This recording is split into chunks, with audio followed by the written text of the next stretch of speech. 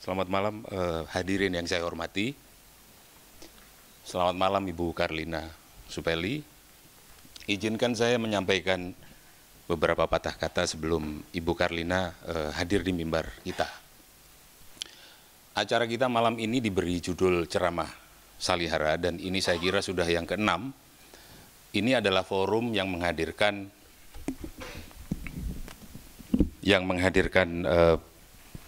para tokoh Indonesia yang kita anggap sudah memberikan sumbangan sangat penting, pemikiran, pandangan-pandangan bagi pencerahan masyarakat Indonesia. Di forum ini pernah hadir antara lain arkeolog Mundarjito, arsitek Han Awal yang berpulang 1 bulan yang lalu, pemikir politik Marsilam Simanjuntak, sejarawan Taufik Abdullah, dan pelukis Riyadi Sudarsono. Pada malam hari ini, Ibu Karlina Supeli akan memberikan ceramah di bidang filsafat ilmu, yaitu bidang beliau. Saya tentu saja tidak akan menyarikan ceramah beliau yang sangat kompleks dan sangat kaya itu, tetapi saya ingin memberi ilustrasi dengan satu cerita kecil. Di rumah saya ada seorang anak berumur 4,5 tahun yang selalu tidur di samping saya, dan menjelang tidur dia selalu melihat di YouTube itu film-film kartun. Nah, salah satu film kartun itu, semacam film kartun itu berjudul Baby Galileo. Di pembukaan film itu ada kutipan dari Galileo Galilei, tentu saja berbahasa Inggris, yang kurang lebih kalau diterjemahkan ke dalam bahasa saya atau bahasa Indonesia kurang lebih sebagai berikut. Kebenaran itu begitu mudah dipahami. Masalahnya, bagaimana menemukan kebenaran itu? Kalau saya merenungkan kembali kata-kata Galileo itu, yang dia ucapkan pada abad ke-17 di Italia, tentu Galileo benar, yaitu yang dia maksud adalah kebenaran ilmiah tentu saja. Scientific truth. Pada hari-hari ini, pada abad ke-20, 21, kita begitu mudah memahami bahwa hukum-hukum fisika dan hukum-hukum kimia itu begitu mudah memahami cara bekerja hukum-hukum fisika dan hukum-hukum kimia itu di dalam kehidupan sehari-hari. Begitu mudah misalnya kita memahami gravitasi, begitu mudah kita memahami heliosentrisme, begitu mudah kita memahami bahwa interaksi antara proton dan elektron menghasilkan arus listrik dan seterusnya. Menyangkut benda-benda, akal sehat kita, rasio kita begitu mudah bekerja. Menyangkut eksistensi manusia, kita mundur mungkin beberapa langkah, bahkan beberapa abad. Salah satu yang paling mudah, yang paling tidak mudah dipahami, padahal teori itu begitu sederhana, adalah teori evolusi. Begitu sulit umat manusia yang nama biologinya itu tidak lain adalah Homo sapiens, itu memahami teori evolusi. Yang bekerja di sini tentu saja adalah kepercayaan tertentu yang menolak adanya kebenaran ilmiah. Tetapi rasa takut kita kepada kebenaran ilmiah kadang-kadang tidak disebabkan oleh iman, tetapi oleh rasa takut itu sendiri. Misalnya saja, kita begitu takut menerima bahwa bumi kita sama sekali bukan benda istimewa di tengah keluasan alam raya. Bumi kita adalah setitik debu di dalam kemahaluasan yang tidak terhingga. Dengan ilustrasi ini, saya mau mengatakan bahwa masalah ignorance, masalah ketidakpahaman, yang dalam bahasa Jawa disebut jahiliyah, itu belum selesai. Sampai hari ini manusia tetap mengalami ketidakpahaman terhadap hal-hal yang paling sederhana sekalipun, yaitu kebenaran menurut temuan ilmiah. Nah, ceramah Ibu Karlina pada malam hari ini akan banyak menyinggung tegangan-tegangan yang demikian itu, yaitu tegangan antara terpesona kepada alam semesta, antara tegangan terpesona kepada alam semesta dan kebenaran ilmu misalnya. Tegangan antara kebenaran ilmiah di satu pihak dengan ketidakrelaan kita untuk membiarkan apa yang bernama kekuatan ilahiyah berdiri di pojok, tidak ikut di dalam perayaan umat manusia. Ketegangan antara filsafat dan ilmu, seperti kita tahu, filsafat belum berakhir, ilmu akan terus maju. Ya. Neuroscience mengatakan bahwa perbedaan genetik antara Homo sapiens dan simpanse dan bonobo itu hanya 1,2%. Ya, sedikit sekali. Tetapi perbedaan yang 1,2% itu sudah cukup membuat kita, si Homo sapiens ini, untuk mengarang segala sesuatu. Mengarang kekuatan ilahiyah, mengarang determinisme agama yang mengendalikan kehidupan kita. Sementara sang bonobo itu tidak mampu dan mungkin hanya berbudaya secara berkelompok dia mampu. Dengan perkenalan itu saya akan mempersilahkan Ibu Carlina Supelly untuk maju ke mimbar, tetapi sebelumnya saya ingin memperkenalkan dulu beliau serba sedikit. Beliau adalah pengajar tetap di Sekolah Tinggi Filsafat Triarkara di Jakarta sejak tahun 2000, menempuh pendidikan sejumlah tahap pendidikan di Departemen Astronomi, Fakultas Matematika dan Ilmu Pengetahuan Alam, Institut Teknologi Bandung. Yang ini saya tahu, karena ketika beliau belum lulus saya juga masuk di sekolah yang sama, di jurusan yang lain. Kemudian beliau menempuh studi di Department of Physics, Faculty of Mathematical and Physical Sciences, University College London di Inggris, dan kemudian memperoleh gelar Magister Humaniora dan gelar doktor dalam bidang filsafat di Universitas Indonesia, Fakultas Ilmu Budaya, Program Studi Filsafat. Penelitian Ibu Carlina meliputi filsafat ilmu, kosmologi, sains, dan rasionalitas, serta feminisme dalam filsafat. Di luar kegiatan yang bersifat ilmiah dan akademik dan filsafat itu, dia mendirikan Institute for Economy, Social and Cultural Rights, kontras dan imparsial, serta aktif dalam berbagai upaya kemanusiaan. Demikian saya perkenalkan Ibu Carlina, dan saya persilahkan beliau untuk hadir di mimbar ini. Tepuk tangan untuk beliau. Terima kasih.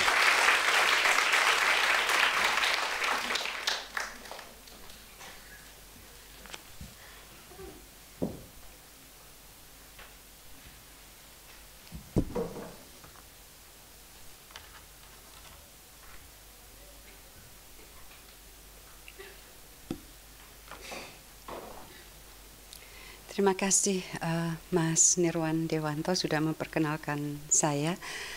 Ibu Bapak, Saudara-saudara sekalian, selamat malam. Saya tentu pertama ingin mengaturkan terima kasih kepada pengurus Teater Salihara karena memberi ruang bagi saya untuk menyampaikan pokok-pokok hal yang sudah cukup lama mengganggu saya. Dan saya lebih berterima kasih lagi ketika Mas Guntur yang menghubungi saya waktu itu mengatakan saya bebas boleh menyampaikan tema apa saja. Jadi diberi kebebasan untuk memilih tema, dan karena diberi kebebasan maka saya memilih tema mempermasalahkan kebebasan Tuhan. Saya beri judul Kosmos dan Masalah Kebebasan Tuhan. Saya ingin mulai dengan untuk memperlancar. Saya berterima kasih tadi Mas Nirwan membuka dengan evolusi Darwin, teori evolusi Darwin, karena kita akan menaruh evolusi di muka bumi ini ke evolusi kosmik. Tentu waktu yang ada tidak cukup untuk membicarakan evolusi selama 13,7 miliar tahun. Jadi saya hanya mencuplik sedikit-sedikit saja, dan pemahaman, upaya memahami proses yang demikian rumit. Untuk membantu kita semua, sebetulnya saya sendiri ketika mencoba menuangkan ini ke dalam tulisan untuk kuliah di sini, saya mencari cara bagaimana bisa membayangkan perkembangan terakhir di dalam kosmologi yang memang lebih mirip cerita fiksi. Multiverse, sekarang agak sering muncul istilah multiverse. Kita mulai saja dengan apa yang ditulis oleh Olaf Stapledon, Star Maker. Narator dalam cerita itu membayangkan bahwa dia, bukan membayangkan ya, dia memiliki kemampuan untuk mengembara ke tempat-tempat yang sangat jauh dengan kecepatan yang tidak terbayangkan oleh manusia di bumi, dan dia melihat jagat lain. Akal budinya berhubungan dengan makhluk-makhluk dari jagat lain lewat telepati, dan bersama-sama mereka mengembara melintas ruang waktu. Mereka menyaksikan di setiap jagat ada macam-macam bentuk kehidupan, kendati rupanya macam-macam, periode evolusi pertumbuhannya macam-macam, tapi ada satu yang mirip satu sama lain dan seperti di bumi. Semua sedang menuju kehancuran. Kita perlu ingat bahwa Olaf Stapledon menulis ini menjelang Perang Dunia Kedua. Jadi Eropa sedang diliputi oleh bayang-bayang perang yang sangat mengerikan, dan dia menulis ini. Semua makhluk yang ada di berbagai jagat itu sedang menuju kehancuran. Di tengah rasa cemas dan keluhan betapa sia-sia dan boros seluruh alam semesta, materi begitu banyak tapi toh akhirnya hancur, tiba-tiba si narator ini merasakan kehadiran akal budi semesta. Dia tidak menjelaskan apa, tapi dia memberi nama Star Maker. Lalu dia seperti dibawa masuk yang dia sebut mitos atau mimpi fantastis, dan menyaksikan bagaimana daya-daya kreatif itu menciptakan jagat satu demi satu. Jagat kita, alam semesta ini lahir di pertengahan jalan. Jadi rupanya Star Maker ini melakukan eksperimen. Eksperimen yang pertama sekali hanya ada tetabuhan. Seperti itu. Tidak ada ruang. Dia belajar dari bunyi dan sunyi, kemudian bunyi, dia belajar dan akhirnya, oh saya perlu ruang. Maka dibuatlah dia merancang aneka macam kombinasi dan dijelmakan. Salah satu dari penjelmaan itu adalah alam semesta kita. Si narator menangkap bahwa Star Maker ini kagum pada alam semesta yang ada manusia ini di dalamnya dan elok dan sempat jatuh cinta. Tetapi rupanya kagum dan cinta itu tidak cukup untuk menyelamatkan jagat ini. Ada cacat dalam rancangan, maka dengan sedikit tidak sabar Star Maker ini kemudian menaruhnya ke deretan jagat-jagat lain yang sedang menuju kehancuran. Dan itu berarti makhluknya juga akan menderita sengsara. Karena kepunahan datang dengan sendirinya. Si narator mulai penat, permainan Star Maker tidak lagi dia pahami, tapi dia melihat sekelebat di kejauhan, jauh di masa depan, itu jagat yang terakhir, penghabisan. Tapi alih-alih merasa tenang, melihat sesuatu yang elok, dia justru gundah. Jagat penghabisan itu begitu seimbang, serba sama, serba rata, tidak ada lagi perpindahan energi. Dan karena tidak ada perpindahan energi, tidak ada yang bisa dibangkitkan, tidak ada kreativitas, tidak perlu visi. Alangkah menderita makhluk di situ. Dalam fisika ini adalah yang dikenal sebagai hukum termodinamika kedua ketika entropi mencapai puncak. Narator itu akhirnya menyadari. Dia bukan lagi si pengelana dalam kisah itu, tapi dia kosmos itu sendiri. Dia pulang dengan tenang karena dia menyadari. Bukan belas kasih, bukan kemurahan hati yang menjelmakan dirinya dan menjelmakan seluruh jagat-jagat yang lain. Star Maker tidak baik, tapi juga tidak jahat. Dia seniman yang sedang bereksperimen, mencoba-coba, dan bahkan tidak bisa menyingkirkan cacat yang ada pada rancangannya. Karena tidak bisa menyingkirkan, dia biarkan jagat-jagat itu punah dan makhluknya menderita.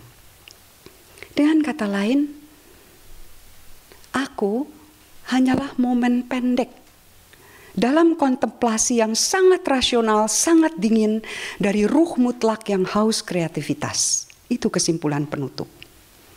C.S. Lewis, mungkin Anda pernah dengar namanya dari Chronicle of Narnia, cerita anak-anak yang pernah difilmkan, gusar. Dalam sepucuk surat kepada Arthur Clarke, juga seorang penulis fiksi ilmiah, dia katakan bagian penutup karya Olaf Stapledon itu pemujaan setan belaka. Lewis menerbitkan Space Trilogy untuk menanggapi karya sebelumnya yang juga dia bilang merusak nilai-nilai religius. Saya bayangkan bahwa C.S. Lewis semakin gregetan kalau mendengar percakapan para kosmolog, ahli kosmologi dan para ahli fisika. Akhir-akhir ini mereka senang sekali, yang tadi sudah saya singgung, menyebut multiverse, bukan universe. Jagat saya terjemahkan majemuk, bukan sekedar banyak. Majemuk karena rupanya macam-macam. Jumlahnya banyak, rupanya macam-macam. Model ini pada mulanya diajukan karena ada sebuah azas berbau religius yang masuk ke dalam kosmologi, yang kalau diringkas kira-kira mengatakan bahwa alam semesta ini seakan-akan terancam bagi manusia. Namanya saja asas antropik, sangat antroposentris. Kalau itu muncul di dalam tafsir teologis, ya sudahlah, ilmuwan tidak akan banyak bicara, tapi ini muncul dalam tafsir ilmiah. Maka diajukanlah jagat majemuk ini, dan dari model-model fisika ternyata memang muncul secara alami. Kalau kita punya berlaksa-laksa jagat, tentu kehadiran kita bukan sesuatu yang aneh, tapi sesuatu yang seperti Anda punya setumpukan kepeng, uang logam zaman dulu, Anda punya banyak sekali sekarung, lalu menemukan satu kepeng emas. Itu bukan sesuatu yang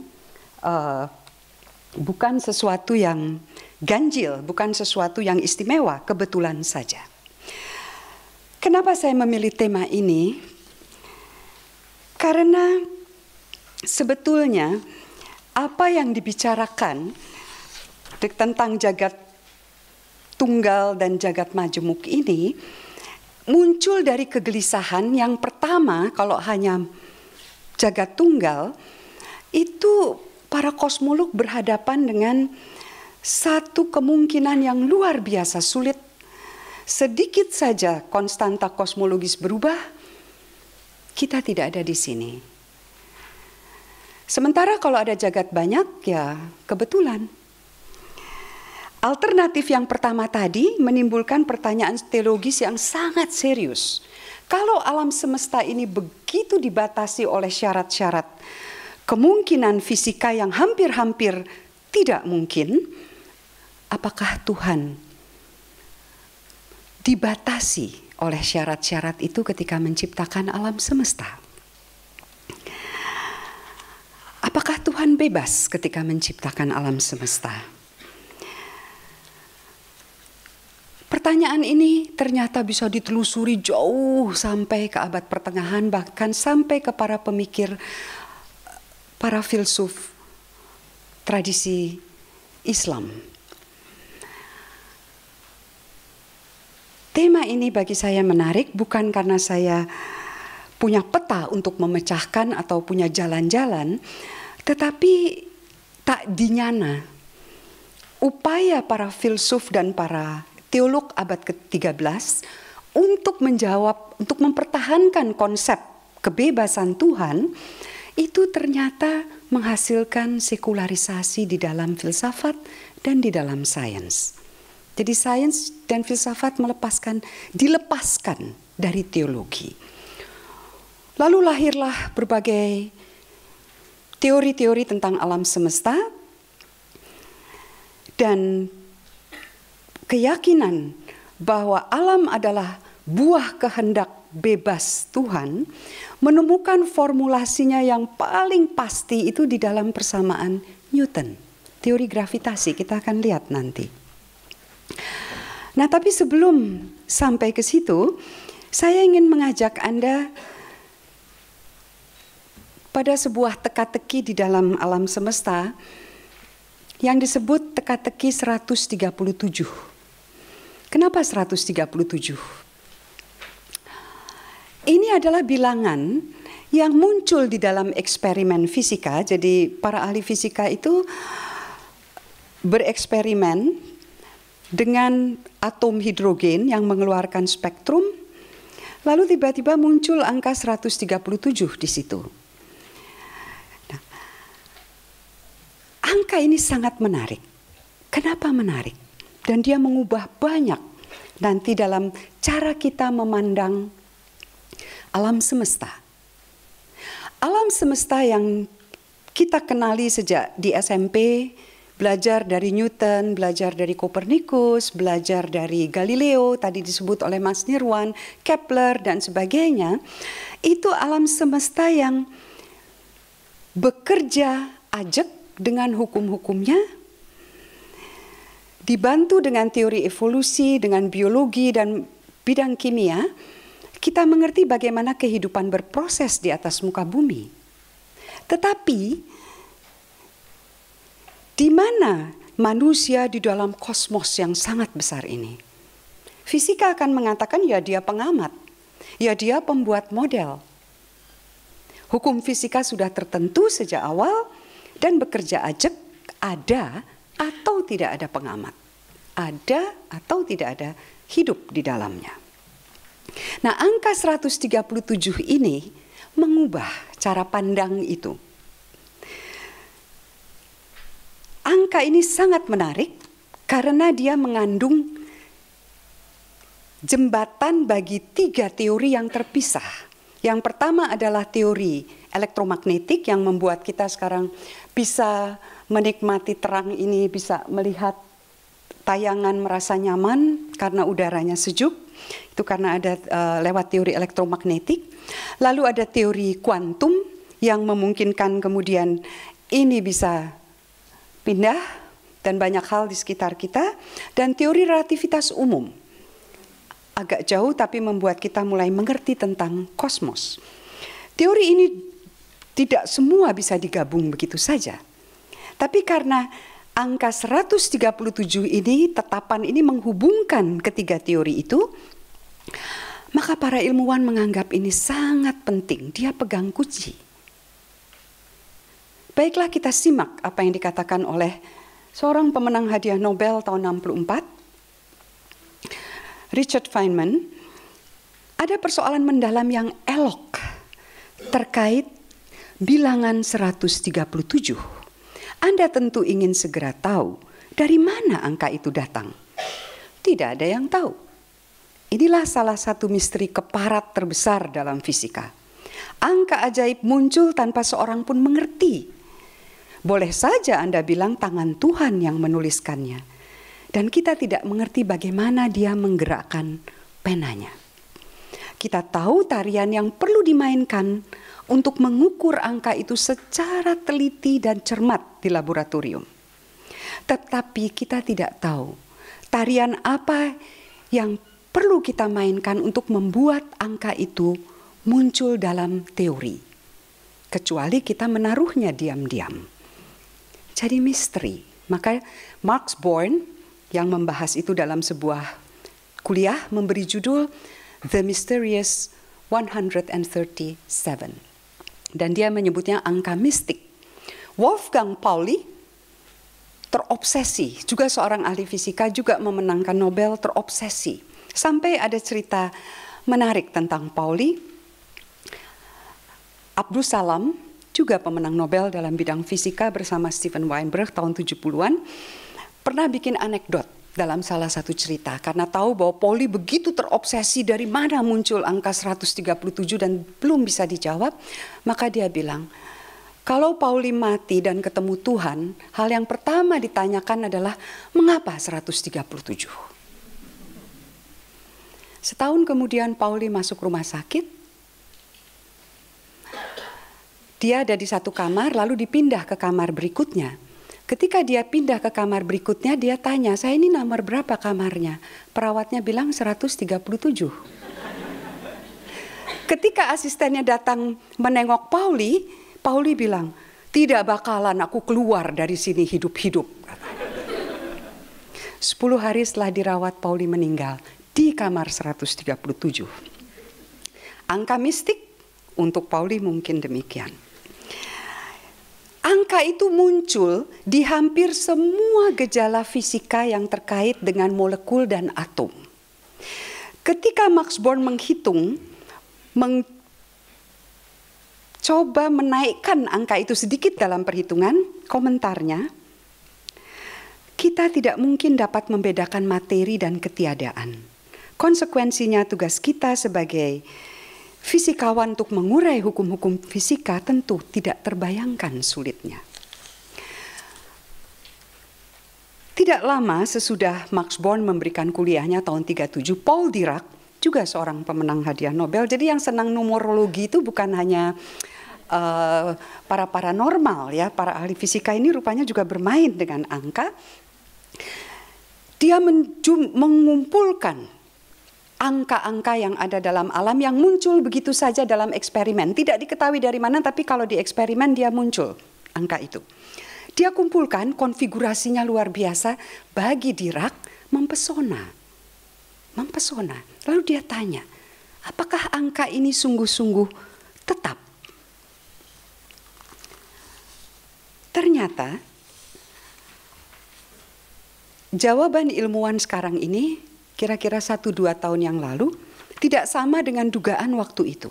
Setelah menembus alam semesta kira-kira sejauh 12,5 miliar tahun, jadi mundur ke masa lalu 12,5 miliar tahun, kalau kita menatap langit, kita menatap masa lalu. Ini romantis sekali. Jadi kalau melihat bintang, Anda melihat masa lalu. 12,5 miliar tahun, angka itu berubahnya kecil sekali sehingga bisa diabaikan. Bisa karena kesalahan instrumen. Jadi kemudian itu dinamakan tetapan. Tapi yang menarik adalah bahwa tetapan-tetapan kosmik itu berkombinasi begitu rupa sehingga Anda ubah sedikit saja massa proton, alam semesta bukan hanya tidak seperti ini, peluang kita untuk hadir tidak ada. Ubah sedikit gravitasi, bukan hanya bumi yang tidak ada, tetapi kosmos umurnya hanya 100.000 tahun. Padahal umur 100.000 tahun tidak mungkin menghadirkan matahari. Demikian seterusnya sampai Frank Wilczek kemudian menyebutnya konspirasi antar parameter fundamental yang kelihatannya perlu untuk memastikan bahwa hidup ini ada. Kita seperti dibawa lagi ke zaman sebelum Kopernikus. Kopernikus memindah kita dari pusat kosmos dan mengatakan manusia itu siapa? Tidak ada di pusat alam semesta. Matahari yang diedari oleh bumi dan planet-planet lain. Lalu ini mau mengatakan seluruh alam semesta seakan-akan berkombinasi parameternya demikian rupa sehingga kita bisa hadir. Tapi sulit dibantah.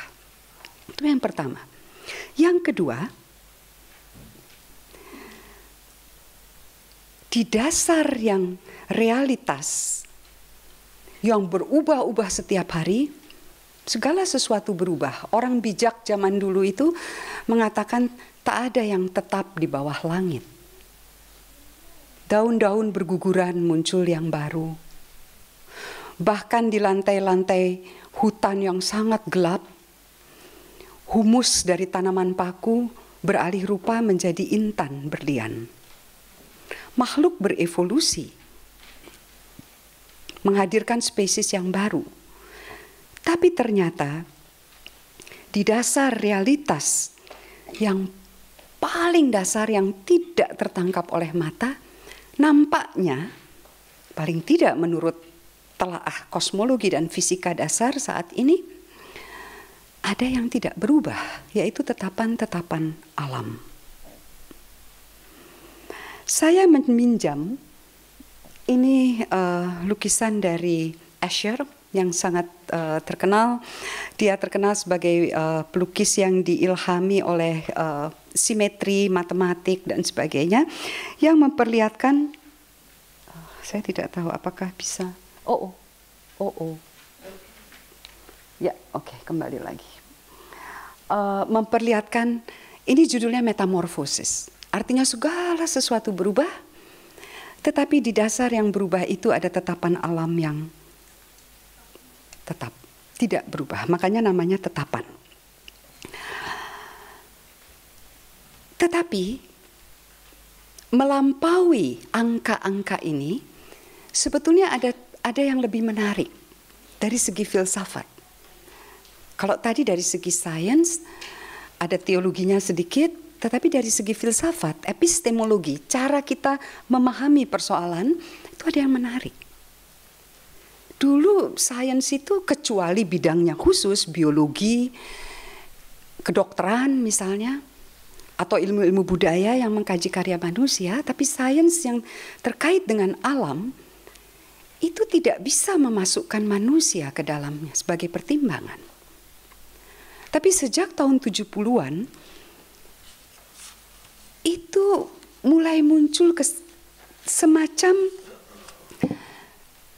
pemahaman bahwa alam semesta yang semata-mata digambarkan seperti mesin berdasarkan teori-teori Newton itu tidak mungkin menampung kehidupan. Saya akan masuk ke kosmologi yang memungkinkan ada kehidupan tertampung paling tidak di dalamnya, tapi belakangan nanti. Kita akan lihat dulu ini.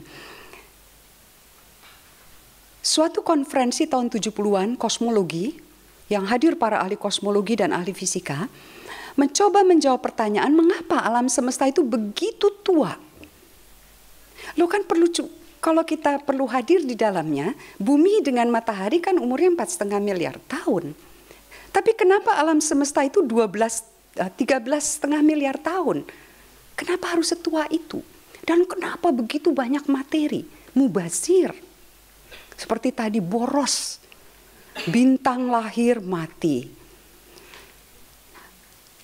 Jawabannya dalam konferensi ini, ya karena kita perlu ada sebagai pengamat. Kalau alam semesta berbeda, kita tidak bisa mengamati. Lah kok gampang amat begitu jawabannya? Gampang sekali. Itu banyak ahli fisika dan juga kosmolog yang jengkel, gusar begitu. Itu kan tautologi. Dalam logika tautologi itu sama dengan mengatakan lingkaran itu bundar. Nah, kan tidak perlu dijelaskan supaya bisa mengamati alam semesta, ya alam semestanya harus cocok.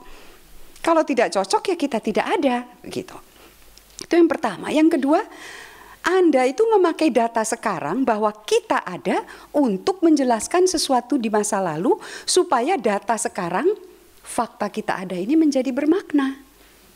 Nah, ini dalam logika namanya penjelasan, atau dalam research, penelitian, ilmu sosial maupun ilmu alam disebutnya post factum. After the fact. Faktanya ada baru dijelaskan. Seperti detektif begitu. Dalam sains tidak selalu bisa begitu. Sampai di situ tidak masalah.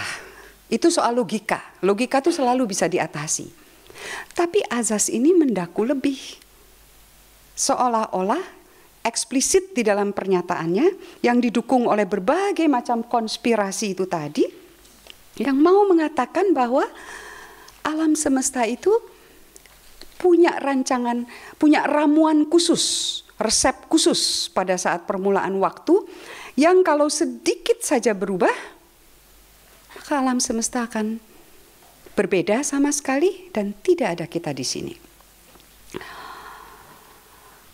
Anda mungkin pernah membaca argumen jam dan perancang jam dan tukang jam, William Paley, yang mau persis mengatakan seperti ini.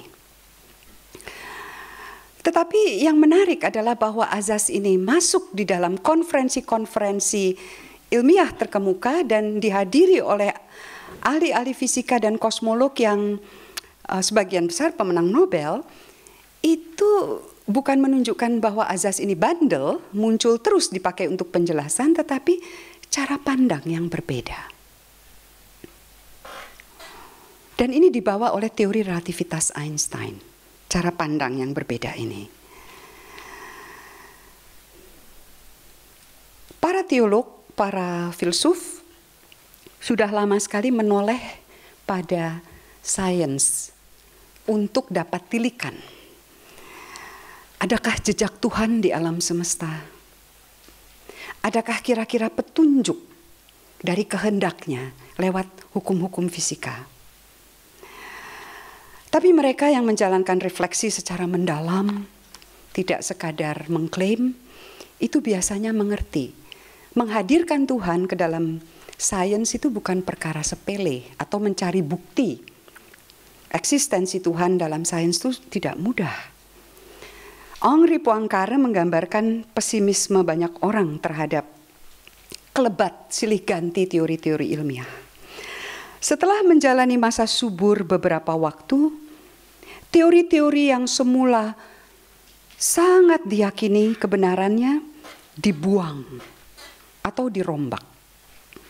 Demikian berlangsung dari waktu ke waktu dan puing-puing bekas-bekas teori itu semakin tinggi.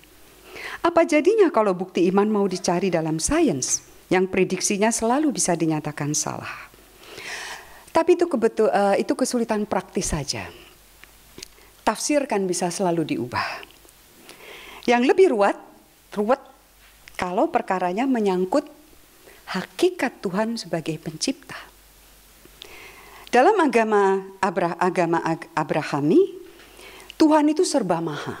Dia bukan hanya serba baik, tapi dia maha baik. Dia bukan hanya serba tahu, tapi maha tahu. Dia bukan hanya maha kuasa, dia bukan hanya serba kuasa, tapi maha kuasa. Maha kuasa berarti dia bebas melaksanakan kehendaknya.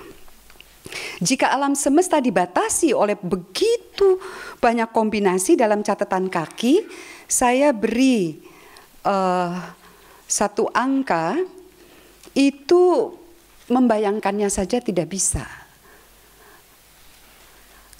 Ketepatan yang perlu dimiliki oleh Sang Pencipta, siapapun yang Anda mau tafsirkan Sang Pencipta ini, itu adalah 10 pangkat 10 pangkat 123. 10 pangkat 3 itu 1000. Ini 10 pangkat triliun. Hanya satu kemungkinannya. Jadi kalau melempar dadu, kita lempar dadu ada 6 muka ya. Itu mendapatkan angka 6, probabilitasnya 1/6. Nah ini probabilitasnya 1 di dalam. Bahkan ini angka nolnya banyak sekali. Bahkan kalau setiap elektron, proton, setiap zarah, setiap partikel yang ada di seluruh alam semesta itu ditempeli 1 angka 0, tidak cukup. Sebegitu batas yang mensyaratkan alam semesta seperti ini. Jadi kalau peluangnya begitu kecil, agaknya pilihan Tuhan cukup terbatas. Tuhan sepenuhnya bebas kalau memilih mau menciptakan atau tidak menciptakan alam semesta. Akan tetapi kalau ia memilih akan menghadirkan makhluk atau alam semesta dengan corak tertentu dan ada makhluk dengan corak tertentu, maka pilihan itu mengikat. Syarat-syarat terbentuknya alam semesta ini mengikat kebebasan Tuhan. Lalu bagaimana mau menafsirkan kemahakuasaan Tuhan? Dengan pertanyaan seperti ini. Einstein pernah bertanya,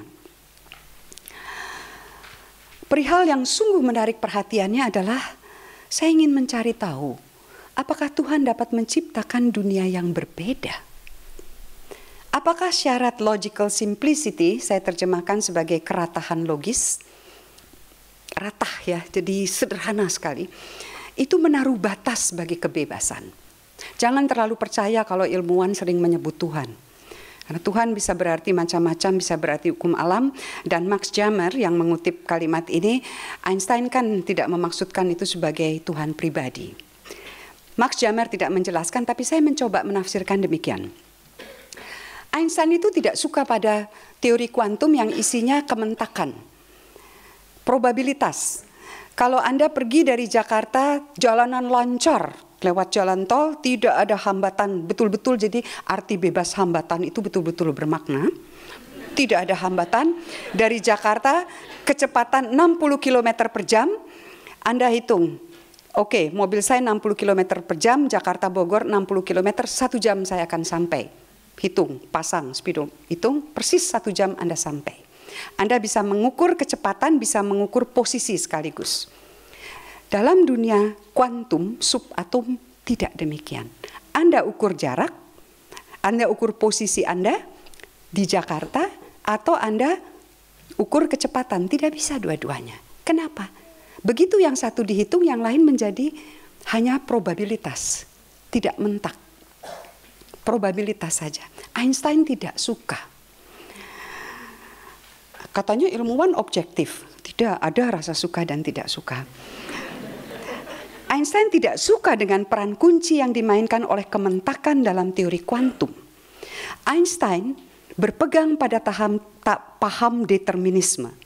Segala sesuatu sudah ditentukan dari awal sampai akhir. Oleh siapa? Oleh kekuatan yang berada di luar kontrol manusia. Kita semua, kata Einstein, manusia sesayur, debu kosmis, menari mengikuti irama misterius yang didendangkan dari kejauhan oleh pemusik yang tersembunyi. Ketika Einstein bertanya, apakah Tuhan bisa menciptakan alam semesta yang berbeda atau secara berbeda? Dia sebetulnya bertanya, apakah alam menyembunyikan sesuatu atau memang alam seperti itu? Sebuah dunia yang menyembunyikan sesuatu yang tidak pasti di realitas yang paling dalam, sehingga apa yang objektif menjadi tidak mungkin. Ini menggelisahkan Einstein. Nah, pertanyaan apakah Tuhan bebas itu membawa kita kembali ke abad ke-13. Ada dua hal yang perlu saya sampaikan dulu di sini, yaitu bahwa ketika kita berbicara tentang kosmos, tiga hal ini yang sudah sejauh ini saya bicarakan, karena ada keyakinan bahwa alam semesta itu teratur. Kata kosmos mewakili alam semesta itu netral. Tidak ada makna estetis, tidak ada makna etis. Ya sudah, alam semesta yang dipelajari oleh ilmu-ilmu. Tapi kosmos itu mengandung kosmos dan logos. Kosmos itu berarti dia ada unsur keteraturan, selaras, indah, baik secara visual maupun melalui keteraturan matematis yang bisa dicerna, maka ada logos di situ. Nah, ketika kosmos diyakini sebagai sesuatu yang demikian teratur dan bisa dipahami, maka ilmuwan pun yang mewarisi tradisi ini dari zaman filsuf Yunani meyakini keyakinan itu. Keteraturan yang baik. Pertanyaan Einstein yang bertopang ke sebetulnya di sini kedua ya, apakah Tuhan bebas memilih? Itu bukan karena dia sekadar menghayalkan sesuatu, tidak mengimajinasikan sesuatu, tapi itu konsekuensi dari teori relativitas umum.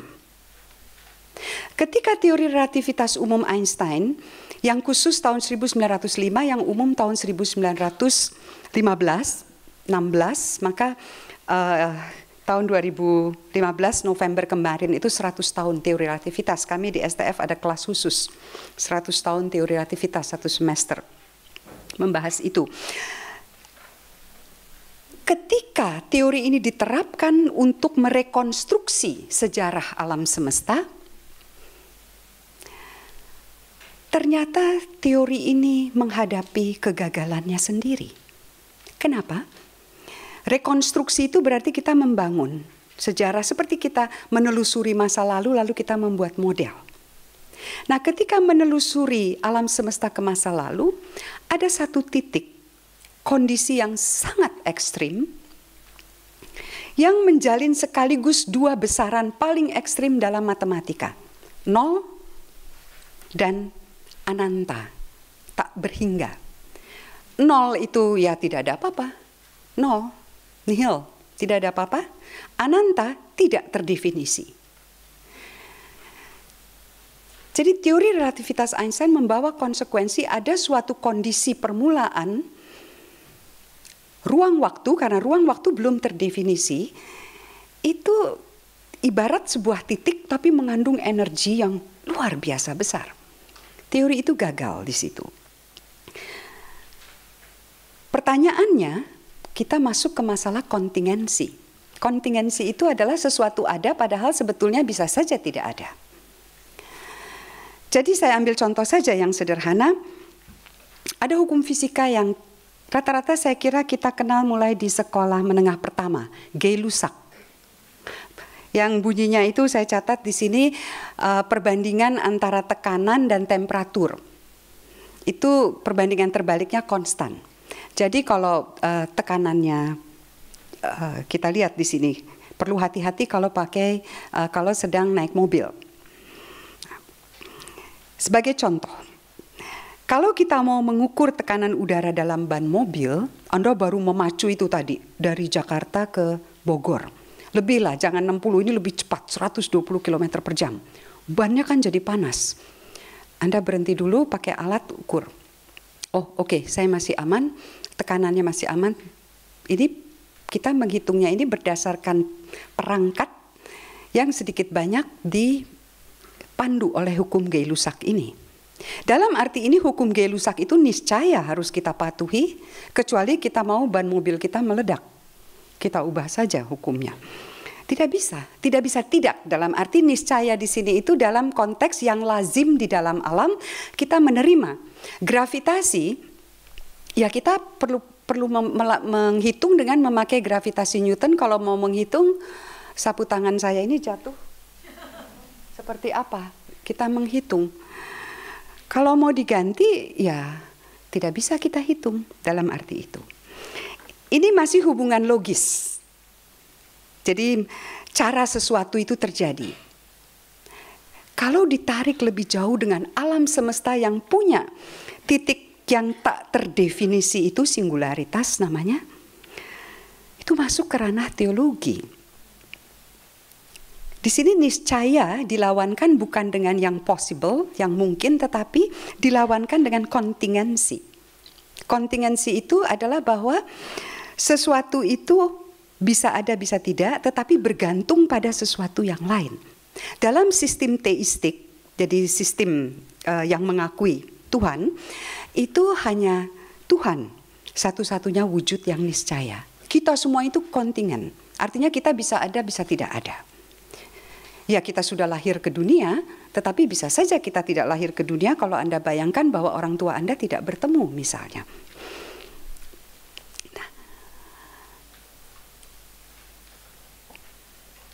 Para filsuf alam abad ke-17 itu sangat percaya bahwa seluruh alam semesta ini adalah buah kehendak Tuhan. Artinya hukum Gay-Lussac itu ya itu kehendak Tuhan. Dia bisa ubah sewaktu-waktu. Faktanya tidak berubah, ya karena itu manusia bisa mengerti. Kira-kira seperti itu. Kita akan masuk ke situ lebih dalam. Nah, upaya memahami alam sebagai kehendak ilahi tidak dikaitkan dengan sifatnya yang rasional, tidak dikaitkan dengan yang maha tahu. Jadi betul-betul semata-mata buah kehendak. Dia menghendaki, maka jadilah. Tidak ada kaitan bahwa dia harus baik, alam semesta seperti ini karena dia rasional. Tidak. Dia menghendaki, jadilah. Ini muncul pada abad ke-13. Kalau ditelusuri ke pemikiran tradisi Islam sebetulnya sudah muncul sebelumnya. dari Ibn Rushd, itu kita akan lihat nanti, itu sebetulnya karena alam semesta, ini kita lewati nanti balik lagi, karena alam semesta yang dibawa dari tradisi filsafat ke Eropa Barat pada abad ke-13, itu terutama pada tahap-tahap awal adalah filsafat Aristotelian. Filsafat ini memberi batas pada alam semesta. Kita lihat bahwa ini adalah kosmos.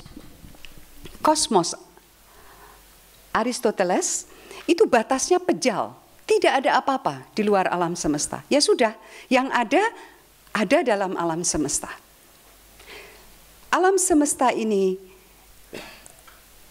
abadi dalam waktu, jadi bukan kekal di luar waktu, tapi abadi dalam waktu, sempiternity. Lalu tidak ada apa-apa di luarnya, tidak juga kekosongan. Nah, ada beberapa butir yang saya ringkaskan, tapi ini kan bertentangan dengan iman Kristiani, alam semesta yang abadi, alam semesta yang tidak ada apa-apa di luarnya. Di mana surga? Di mana tempat malaikat? Tuhan ada di mana? Nah, ini ada problem di sini. Di Sorbonne, di Université de Paris waktu itu, para filsuf dan teolog bersengketa. Kalian, para filsuf, mau membatasi kekuasaan Tuhan lewat logika, kata para teolog. Ada banyak sekali ajaran Aristoteles yang membuat konsep Tuhan yang Maha Kuasa itu menjadi dibatasi oleh pertimbangan-pertimbangan yang tidak bisa dilanggar secara logika maupun secara fisika Aristoteles. Ini sebetulnya sudah diperdebatkan oleh Ibnu Sina, diperdebatkan oleh Ibn Rushd, yang kemudian dikritik habis oleh Al-Ghazali. Saya mencantumkan sedikit dalam teks. Jadi sederhananya, para filsuf ini mau mengekang Tuhan dengan hukum-hukum fisika dan logika. Sama seperti kalau kita melihat orang sengsara, lalu kita katakan, kamu kena sakit itu karena kamu banyak berdosa. Kamu tuh belum tobat. Itu kan sama mengekang Tuhan. Seakan-akan Tuhan itu hanya baik kalau kita juga bribing, nyogok dengan doa. Kisah Ayub bagus sekali tentang ini. Nah, ujung dari perdebatan ini itu adalah dekret tahun 1927 dikeluarkan oleh Uskup Paris, Etienne Tempier. Isinya 219 proposisi bid'ah. Salah satunya ini persis mengacu ke ajaran Thomas Aquinas dan Ibn Rushd dan sebelumnya Aristoteles. Dinyatakan dalam proposisi nomor 49 bahwa Tuhan tidak dapat menggerakkan kosmos menurut garis lurus dan alasannya adalah karena dengan demikian perlu ada ruang kosong. Padahal dalam filsafat alam ruang kosong tidak ada. Pierre Duhem, seorang ahli fisika matematika yang mempelajari sejarah abad pertengahan dengan menarik, berkomentar. Dia mengatakan bahwa membahas pergeseran kosmos adalah mendiskusikan kemustahilan logis. Tuhan yang Maha Kuasa pun tidak sanggup menimbulkan gerak yang memunculkan kontradiksi logis. Nah, Duhem mempunyai kesimpulan yang sangat menarik bahwa apa yang terjadi dalam teologi ini mau membebaskan Tuhan, saya pinjam dari sini konsepnya, itu yang memicu kemajuan sains. Saya setuju banyak dengan pendapat Duhem dan saya belajar banyak dari karyanya, tetapi pada hemat saya kesimpulannya terlalu keras ketika mengatakan bahwa dekret itu menghancurkan pokok-pokok pemikiran Aristoteles. Kenapa? Karena kita justru perlu bertanya, kosmologi Aristotelian itu justru menjadi kosmologi yang menempati posisi utama sampai abad ke-17. Kita ingat bagaimana perdebatan Galileo atau bukan perdebatan ya, karena pada akhirnya tidak berdebat. Sanksi yang dijatuhkan pada Galileo itu dasarnya adalah kosmologi Aristotelian Ptolemaios. Dan kalau kita teliti sejarah filsafat dan teologi Barat, pemikir skolastik atau filsuf dan teolog dari tradisi Kristiani pada abad ke-13 justru semakin gigih membangun sintesis antara filsafat Aristotelian dengan doktrin Kristiani. Mereka ingin membangun suatu filsafat alam yang masuk akal, yang rasional seperti diajarkan Aristoteles, tetapi kendalanya yang membatasi Tuhan itu dicabut. Nah, disinilah pemikiran William dari Ockham, tapi sering dipanggil Ockham saja, itu mengajukan solusi yang cukup menarik. Itu yang berangkat dari sebetulnya pemikiran Thomas Aquinas, tapi kemudian dia sanggah beberapa hal. Langkah pertama yang dilakukan oleh Thomas Aquinas sebetulnya adalah memperluas kosmos Aristoteles. Jadi batasnya itu dibuka, lalu ditambahkan 3, yaitu empyreum, kita lihat di sini, lalu surga, tempat kedudukan Tuhan yang Maha Kuasa, lalu ada batas seperti selubung kristal yang sangat jernih bercahaya, tetapi tidak bisa dilihat oleh mata, hanya bisa dilihat oleh iman. Baru di bawah itu ada alam semesta yang tampak, yang bisa diamati. Saya menaruh argumen Aquinas di dalam catatan kaki kenapa dia bisa menambahkan ini dan bukan sekedar utak-atik gatuk gitu ya. Mereka taat pada moto yang mereka pegang sendiri, fides quaerens intellectum. Bagaimana memahami iman dengan akal budi itu. Jadi mereka setia pada argumen logis. Nah, apa yang dilakukan oleh Ockham itu menarik. Kalau kita bicara tentang kekuasaan absolut Tuhan, potentia Dei absoluta, kekuasaan absolut, ini ternyata bersanding dengan kekuatannya yang lain yang disebut kekuatan penyelenggaraan, kekuasaan penyelenggaraan, potentia Dei ordinata. Jadi ini adalah Tuhan yang maha kuasa, ini adalah penyelenggaraan lewat hukum-hukum, baik hukum moral maupun hukum-hukum alam. Aquinas mengatakan bahwa kehendaknya, yaitu kekuasaannya yang mutlak itu berhimpitan dengan Tuhan yang maha baik dan maha tahu, rasionalitasnya.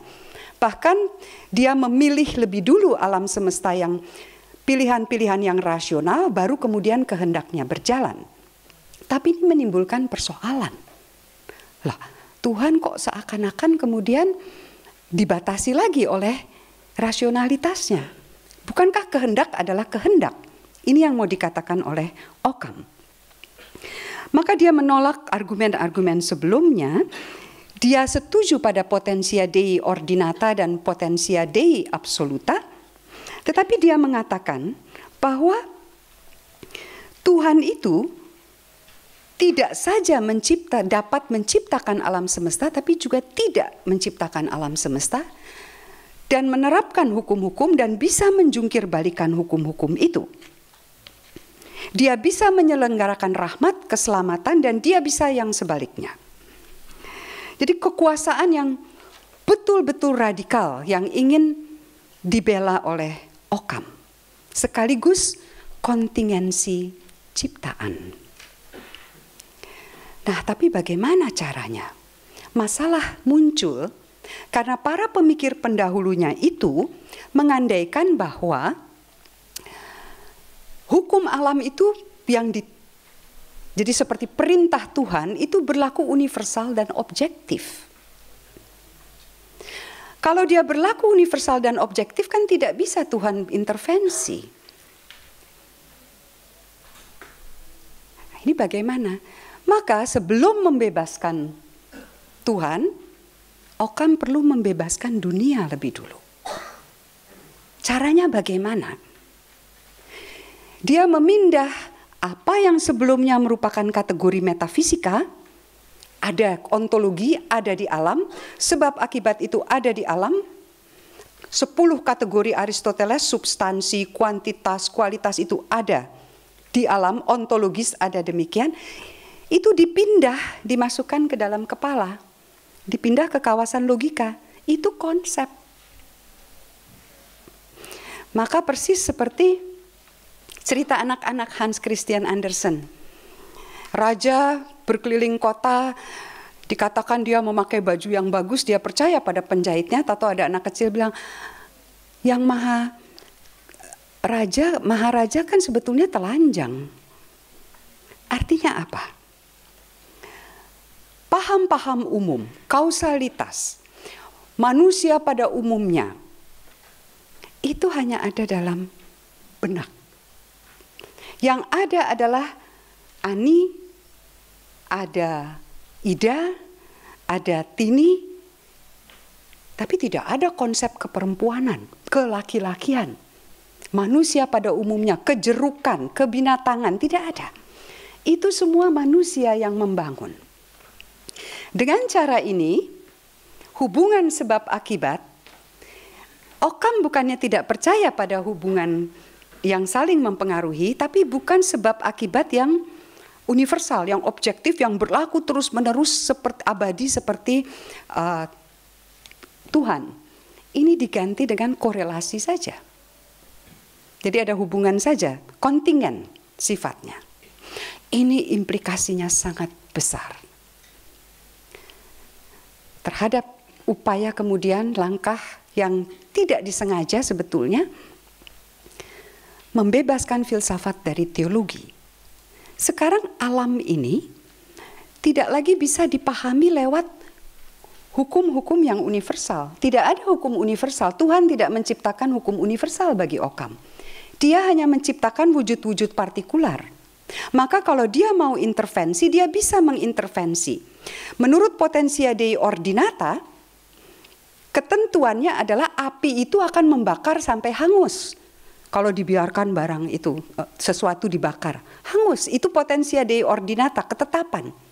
Tetapi Potentia Absoluta bisa mengubah itu. Maka di dalam kitab Daniel ada cerita bagaimana sahabat Daniel 3 orang, itu Sadrach, Mishach, dan Abednego, itu yang dilempar oleh Nebukadnezar ke dalam api, bisa keluar hidup-hidup dengan segar bugar. Artinya Tuhan bisa mengintervensi kasus-kasus partikular tanpa membuat keseimbangan keseluruhan itu rusak. Tapi implikasinya apa? Alam hanya bisa diketahui lewat wujud-wujud partikular. Tidak bisa kita kemudian menganggap ada hukum universal. Dan yang kedua, Occam menolak ajaran-ajaran yang mau membuktikan eksistensi Tuhan lewat nalar. Dia mengatakan bahwa kalau semua ini adalah konsep, hukum-hukum itu adalah konsep, yang universal itu adalah konsep, dan yang real hanya yang partikular, maka kalau kita mau mengatakan kita sudah mengetahui kemahabaikan rasionalitas Tuhan, hakikat Tuhan lewat konsep, maka konsep itu sebetulnya hanya nama yang kita berikan. Maka paham Occam itu sering disebut sebagai konseptualisme, terminisme, atau dari terma atau nominalisme, dari nomen, nama. Lah bagaimana dengan Tuhan? Ya kita tidak bisa mengetahui, karena pengetahuan di dunia ini hanya dibangun lewat induksi, wujud partikular, dilihat keserupaannya, lalu akal budi mengandaikan adanya korelasi. Bagaimana dengan Tuhan? Maka dia menjadi yang tersembunyi, Deus absconditus, tidak terjangkau oleh akal. Jadi di ujung jeripayah memahami laku Tuhan, kita ternyata hanya mampu memanggil-manggil dia. Nama di antara segala nama, tapi nama itu tidak menjamin apa-apa tentang apa yang ada di balik nama. Dia yang kita namakan tinggal misteri. Di sini kemudian Occam bisa mengatakan bahwa filsafat tidak bisa berkata apa-apa tentang Tuhan. Filsafat berurusan dengan hal-hal partikular. Bagaimana dengan teologi? Ya, teologi bisa. Tapi jangan mengatakan refleksi kritis teologi akan sampai pada pengetahuan tentang Tuhan. Teologi bertopang pada wahyu. Filsafat jalan sendiri mempelajari dunia material, teologi jalan sendiri. Satu pihak seperti Duhem bilang, ini terbuka kesempatan. Tapi di lain pihak apa yang terjadi juga? Iman berdiri sendirian, megah, berdaulat, tanpa ada akal budi yang bisa mengkritiknya. Itu sisi lain dari abad pertengahan. Langkah Occam ini berlanjut. Pada abad ke-17 tidak langsung hubungannya, karena ini abad ke-13, perlu waktu yang panjang. Abad ke-17 para filsuf alam itu yakin betul, mereka kebanyakan menganut voluntarisme. Jadi alam semesta adalah buah kehendak Tuhan. Murni kehendak. Nah, maka kemudian dilepas. Alam dilepas dari yang kudus. Betul-betul artefak. Benda yang diciptakan oleh Tuhan lalu bekerja. Maka caranya adalah bagaimana mencari pengganti yang tadinya disebut forma substansial yang menjembatani Tuhan dengan ciptaan, ini perlu dicari gantinya. Gantinya muncul dari persamaan matematika Newton. Jadi dengan kosmos sebagai artefak, dan bukan hanya artefak, tapi artefak yang bekerja secara ajak. Ini detail saya tidak bisa sampaikan, tapi Anda bisa baca. Ini filsafat mekanistik Descartes. Alam semesta, materi dan gerak. Bagaimana memahami gerak itu? Silahkan pahami lewat formula-formula yang dikemukakan oleh Newton. Maka dia menjadi mesin yang bekerja ajak. Terus berputar demikian. Ini konsep alam sebagai mesin itu dengan berbagai variasinya, saya tuliskan di dalam sini, itu kemudian bergabung dengan keyakinan bahwa alam ini diperintah lewat hukum-hukum yang memakai bahasa matematis. Jadi Tuhan menyampaikan perintahnya pada alam itu melalui bahasa matematis. Artinya, memahami kehendak Tuhan tidak cukup hanya lewat sabda tertulis, yaitu kitab suci. Tapi ada kitab lain ini, kitab alam. Kata Galileo bahasanya matematis. Kerancuan muncul ketika kitab verbal yang tertulis ini kemudian mengandung di dalamnya kode-kode nonverbal yang berasal dari kitab alam, tapi mau dibaca secara verbal. Saya duga itu salah satu alasan kenapa Galileo kemudian menerima sanksi. Jadi saya memberi judul di situ adalah bahwa kemudian kata yang tersaring dari sabda dan diganti dengan bahasa matematis. Galileo mengatakan bahwa filsafat ditulis dalam kitab agung, yang kumaksud adalah alam semesta, yang terhampar di depan kita. Kitab ini tidak dapat dimengerti kecuali orang belajar memahami bahasanya dan menafsirkan simbol-simbol yang dipakai untuk menuliskannya. Kitab ini ditulis dengan bahasa matematika dan cirinya adalah segitiga, lingkaran, dan bentuk geometris lainnya. Tanpa pemahaman ini, orang akan berputar-putar dalam labirin gelap. Nah, ketika sabda dibaca secara harafiah, hanya secara verbatim berdasarkan teks yang tertulis, kita bayangkan bahwa kata yang sudah tersaring itu akan menimbulkan persoalan. Galileo sendiri menulis surat yang sangat panjang kepada Madame Christina de Lorena yang mencoba menafsirkan, jadi melakukan eksegesis terhadap kitab suci, mencoba menafsirkan ayat-ayat yang dianggap bertentangan, dan persis karena itu dia terkena aturan konsili Trento dan terkena sanksi.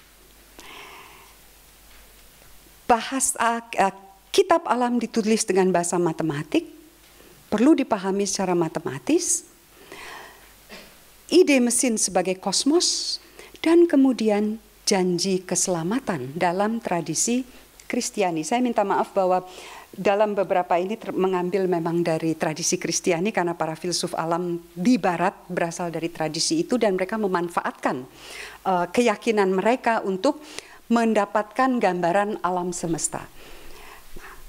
Adalah Francis Bacon yang ringkasnya mengatakan mesin ini tidak cukup hanya berputar, tetapi dia harus berdaya guna. Maka untuk berdaya guna, tradisi siensia, science, saya membedakan antara siensia dan science. Siensia abad pertengahan yang diwariskan baru abad ke-19 menjadi science, itu mewariskan suatu tradisi bahwa siensia itu adalah melatih keutamaan, yaitu keutamaan intelektual, habitus intelektual. Kenapa? Karena alam itu adalah bagian dari kontemplasi atas ciptaan, menemukan simbol-simbol Tuhan yang diciptakan Tuhan dalam alam. Maka kontemplasi ini akan melatih akal budi dan menemukan posisi manusia di antara ciptaan, sangat kontemplatif. Ketika yang kudus sudah dilepas, bahasanya matematis, mesinnya berputar ajak. Francis Bacon sebelumnya sudah menambahkan mesin ini harus berdaya guna, maka siensia zaman itu filsafat alam masih membawa tradisi sebagai keutamaan. Tapi isi habitusnya diganti. Nalar instrumental. Bahwa Anda, kalau pakai bahasa Charles Taylor dalam bukunya Secularization itu menarik sekali. Dia bilang, saleh itu bukanlah orang yang rajin sembahyang, yang pergi ke tempat-tempat suci. Kesalehan pada zaman ini di kalangan para filsuf alam adalah bagaimana menjelmakan kehendak Tuhan yang oleh Francis Bacon itu disebut regnum hominis. Membangun kerajaan manusia di dunia. Kerajaan material yang akan mensejahterakan umat manusia. Nah, disinilah kemudian yang awal saya katakan perkembangan sains kemudian tidak bisa menampung manusia. Tidak bisa. Manusia itu entah melalui teori evolusi Darwin atau yang kreasionisme yang percaya bahwa ya sudah hadir begitu saja, sedikit susah kalau lihat adanya bukti-bukti fosil dan sebagainya. Itu intinya adalah dia dicangkokkan. Tidak ada sesuatu yang intrinsik. Hubungan manusia dengan alam itu tidak intrinsik. Nah, lalu bagaimana memahami ini semua? Ini bagian terakhir. Kosmologi abad ke-20-21 tidak bisa tidak lewat perkembangan teorinya sendiri, teori relativitas umum Einstein, perkembangan teori Dawei, string theory yang masih not even wrong itu, artinya salah pun tidak, berarti belum ada cara untuk menguji secara eksperimen. Itu mau tidak mau membuat para kosmolog itu kalau mau membangun model alam semesta, mau membangun fisika, mau membangun kosmologi, hidup itu harus menjadi pertimbangan. Tidak bisa indah secara matematis itu adanya hanya di dunia ide, tapi tidak ada dalam dunia real. Seperti itu kira-kira yang dikatakan. Einstein dan Bohr selalu bertengkar terus berdua ini. soal penafsiran. Di satu pihak, tradisi kosmologi itu tumbuh sehingga menjadi kosmologi sebagai bagian dari ilmu empiris, tumbuh dari mitos kosmogoni. Dari mana kita berasal? Mengapa kita ada di sini dan kemana kita menuju? Sains Newtonian sampai permulaan abad ke-20 tidak bisa menjawab ini. Kosmologi relativitas juga tidak bisa menjawab ini, tetapi terbentur pada kondisi yang tidak bisa disangkal, adanya yang tidak terdefinisi. Seandainya yang tidak terdefinisi, singularitas ini, mau kita tafsir secara ontologis, sebagaimana adanya realitas, ya teolog dan orang beriman senang sekali. Mereka akan mengatakan, atau kita akan sebagai orang beriman akan mengatakan, ya itulah tempatnya Tuhan. Tapi ilmuwan kan tidak mau kalah. Ada gambaran dari Jastrow bagus sekali. Ilmuwan mendaki sulit sekali, jerih payah, bukit berbatu, setahap demi setahap. Begitu sampai di puncak, teolog sudah duduk. Selamat datang, kami ada di sini, terimalah pernyataan kami. Ilmuwan mereka masih mencari, maka mereka tafsirkan hal yang tak terdefinisi itu sebagai suatu batas epistemologi, batas pengetahuan. Carilah teori yang bisa menjelaskan itu. Nah, disinilah perdebatan Einstein dengan Bohr. Tadi yang saya kisahkan. Lalu Bohr mengatakan, berhentilah Einstein menyuruh Tuhan itu seperti apa. Gitu. Jangan perintah Tuhan. Kamu ini maunya Tuhan begini, Tuhan begitu. Berhenti. Dia bilang. Keliru kalau kita ini berpikir bahwa tugas fisika adalah menemukan bagaimana alam ini. Fisika menangani apa yang kita katakan tentang alam.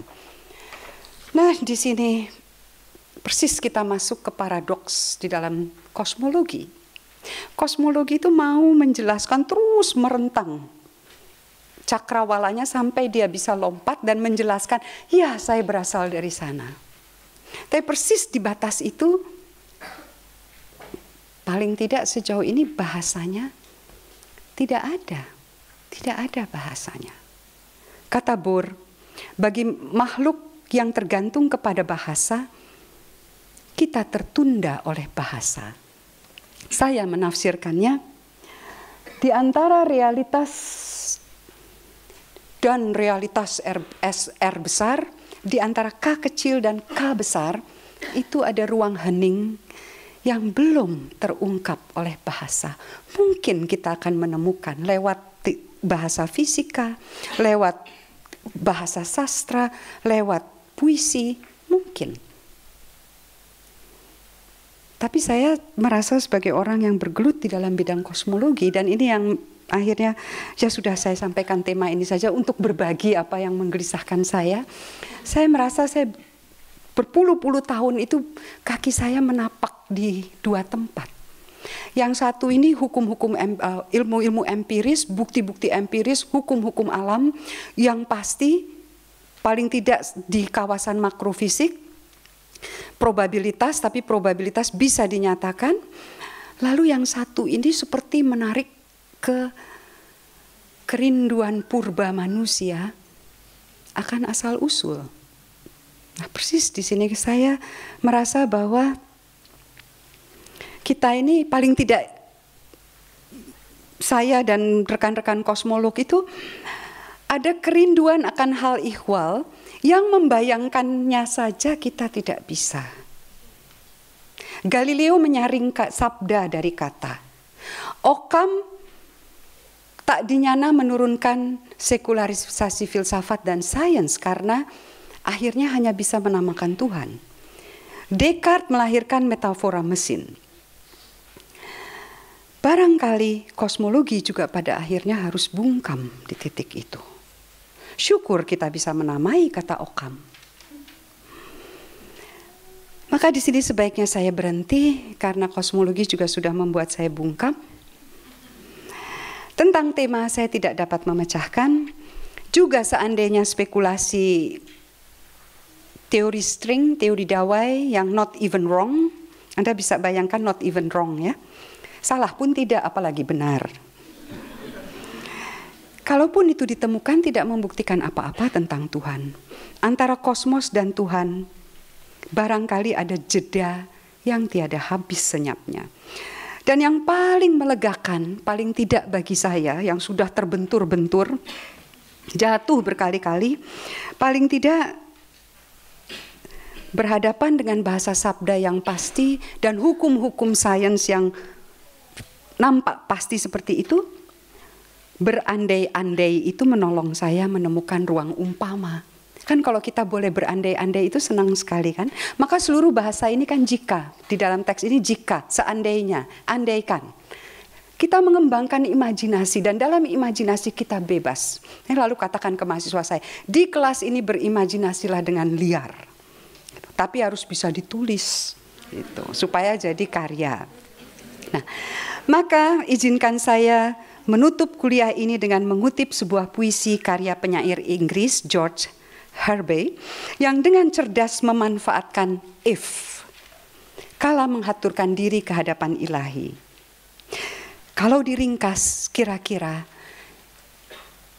dia menantang Tuhan ketika ada shooting star, meteor jatuh ke pangkuannya, dia bersihkan. Tiba-tiba, loh kok dia dengar suara yang mengatakan intinya adalah bahwa kamu itu selalu bebal, kamu itu selalu membantah. Maka ada shooting star ini. Lalu dia mengatakan, oke, saya juga punya senjata. Kalau kamu punya shooting star, saya punya senjata. Saya tidak mencantumkan lengkap, tapi senjata saya adalah air mata dan tangis dan doa setiap malam. Dan engkau tidak mendengarkan. Maka sekarang aku tantang engkau. Aku tantang. Kita sama-sama memegang senjata. Then we are shooters both. Dan kamu tidak akan mengelak. Jangan mengelak. Karena kalau kamu mengelak, ini yang menarik. Yet if thou shunst, I am thine. Kalau engkau mengelak juga dari tantangan ini, dari arrowku, dari panahku, I am thine. Toh aku sudah lebih besar daripada melampaui aku sebelumnya. I must be so if I am mine. Karena pada akhirnya aku yang terbatas, engkau yang tak terbatas. Hukummu berlaku pasti. Mau aku lawan, mau aku bangkang, aku berandai-andai. Pada akhirnya sabda itu pasti. Tapi ruang andaian membuat kita lega. Itu saja. Terima kasih.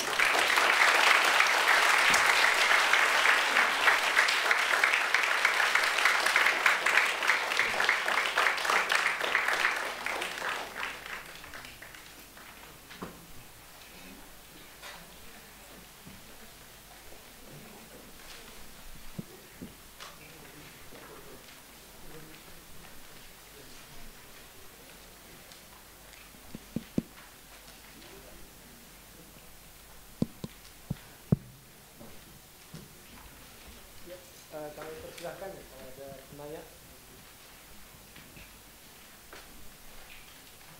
Kalau ada komentar, pertanyaan, kami persilahkan.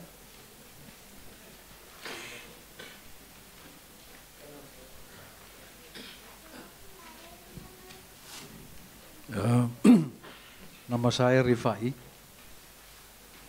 Terima kasih atas penjelasan, pencerahan, dan ajakan untuk mulai berpikir. Dari paparan malam ini, saya merasa saya akan mengikuti pemikiran Ockham lebih lanjut. Apa komentar Anda dan akan sampai di mana kalau saya ikuti pemikiran ini? Terima kasih.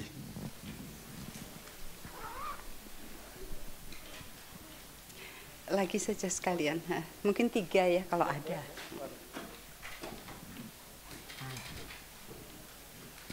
Terima kasih Bu Arlina. Nama saya Wendy. pertanyaan saya, kosmologi kan sering disebut jagat gede. Nah, atom dalam kimia itu sering disebut jagat cilik. Dua-duanya adalah misteri.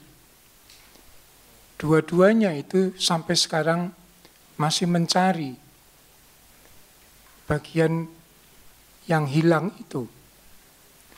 Pertanyaan saya, akankah kita ketemu pada inti, baik di jagat gede maupun di jagat cilik itu? Terima kasih.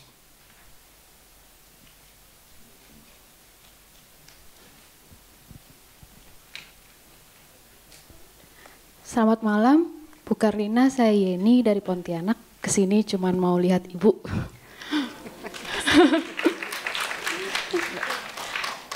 Ibu, saya tidak bilang kalau saya percaya kalau kita adalah evolusi dari primata.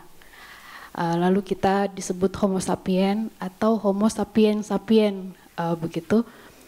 Beberapa hari lalu saya diskusi dengan seorang teman paleoantro dari UGM, Pak Rusyad. Sebelum Homo sapien kita Homo erectus, lalu menjadi Homo sapien, lalu Homo sapien sapien.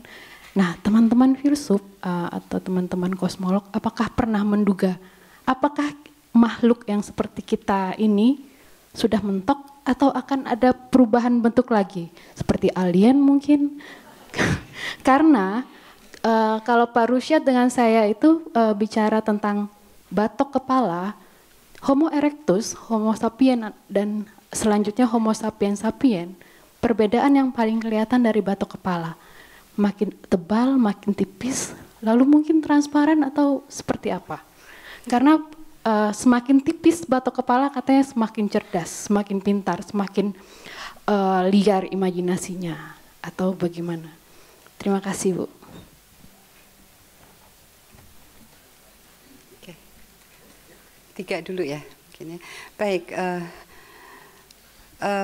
Mbak Rifai, sampai mana kalau diikuti, saya kira pemikiran Occam itu menarik, kendati banyak juga kritik ya terhadap pemikirannya, terutama adalah kemudian yang tadi sisi lain itu bahwa sering disebut sebagai fideisme.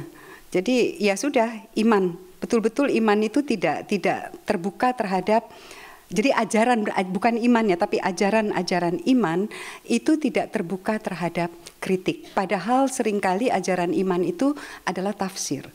Nah ini di sini. Jadi di satu pihak bahwa ketika dia mengatakan apa yang semula kita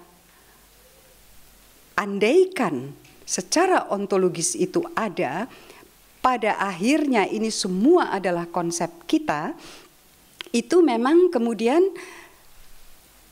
teologi itu terbebaskan dari hukum-hukum yang diandaikan berlaku universal sehingga Tuhan bisa melakukan intervensi bebas mutlak.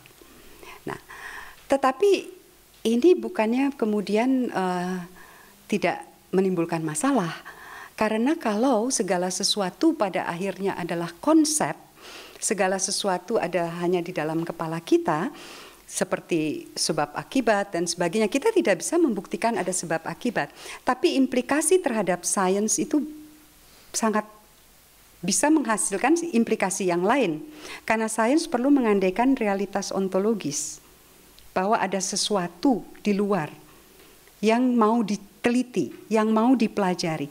Yang menarik adalah bahwa Descartes mengatasi persoalan ini, soal bahwa Occam mengatakan ya hukum alam itu tidak bisa kemudian diperlakukan universal objektif. Itu kan menimbulkan masalah. Bagaimana fisika, bagaimana filsafat alam pada waktu itu bisa menghasilkan pengetahuan kalau yang mau dipelajari itu berubah-ubah. Sains itu mengandaikan ada keteraturan. Maka Descartes menyelesaikan dengan cara yang sangat menarik lewat epistemologi. Dan dia katakan bahwa bagi saya hukum alam ini kontingen, artinya bergantung sepenuhnya pada kehendak Tuhan. Descartes itu voluntarisme yang radikal sekali. Seperti Occam, tapi lalu dia katakan, tapi hukum alam ini diciptakan Tuhan bersama-sama dengan seluruh penciptaan alam semesta dan bersama-sama dengan kehadirannya. Artinya dia kekal. Karena kekal, maka Descartes kemudian mengandaikan bahwa ya ini berlaku selama-lamanya dan ajek, maka bisa dipelajari. Lalu Descartes mengatakan, saya menyadari bahwa ini kontradiktif, saya katakan itu kontingen tapi kekal. Nah, di sini dia kemudian mengakui keterbatasan epistemologi manusia, dan dia katakan, saya kutip sebetulnya tentang Descartes yang tadi tidak saya bacakan. Descartes itu lalu mengatakan demikian. Tindakan bebas Tuhan menghasilkan wujud kontingen ciptaan. Wujud kontingen diketahui hanya dari pengalaman indrawi. Oh, maaf, saya salah. Ini bukan yang Descartes. Yang Descartes itu hukum abadi. Sebentar. Nah, ini. Ya. Pada dasarnya adalah Descartes kemudian mau mengatakan, jangan mengandaikan bahwa akal budi dapat mengetahui segala sesuatu tentang Tuhan. Asumsi-asumsi yang mengatakan bahwa dari kehendaknya yang mutlak, sepenuh-penuh kehendak yang bebas tercipta alam, kita tidak kemudian dapat mengandaikan bahwa itu tidak kekal, tapi dia abadi. Tapi Tuhan kemudian menanamkan itu di dalam epistemologi, di dalam akal budi manusia, sehingga manusia bisa memahami. Jadi ada kesulitan dengan Occam. Descartes terpaksa memasukkan itu lagi ke dalam epistemologi. Tuhan yang tidak diketahui lewat akal budi, sehingga tidak bisa mengerti mengapa hukumnya abadi. Padahal kalau dia kontingen, dia tidak abadi. Itu. Jadi agak sulit, Pak. Kita bisa mengembangkan banyak hal, meneruskan pemikiran Occam, banyak kemungkinan yang terbuka, tapi dengan catatan bahwa ini kan melahirkan voluntarisme. Kalau ditarik sampai ke pertarungan antara akal budi dan kehendak, pertanyaannya kan lalu kehendak itu mendahului rasionalitas. Maka kehendak tidak dikendalikan oleh rasionalitas. Ini seperti Hume, saya kira. Akal budi nalar pada akhirnya adalah budak dari hasrat. Itu salah satunya, karena kehendak mendahului. Kira-kira seperti itu. Tentang jagat gede dan jagat cilik, ya ini dalam tradisi filsafat Jawa, ya, juga mikrokosmos, makrokosmos. Dalam sains itu yang mikrokosmos, kosmik itu ditangani lewat teori kuantum, yang makrokosmos ditangani lewat teori relativitas. Einstein bercita-cita menggabungkan keduanya, tapi sulit sekali dan sampai sekarang belum tercapai. Berbagai teori yang Anda baca bukunya macam-macam, jagat majemuk, lalu teori string, itu adalah upaya dari menggabungkan makrokosmik dan mikrokosmik. Persoalannya apa? Persoalan adalah gravitasi itu gaya yang hanya bekerja pada benda yang gaya tariknya besar. Dan dia perlu punya massa yang besar, ukuran yang besar. Teori kuantum hanya bekerja pada yang ukurannya kecil, di mana gravitasi tidak berpengaruh. Jadi istilahnya gravitasi tidak mau dikuantumkan. Apa yang terjadi kalau keduanya bertemu?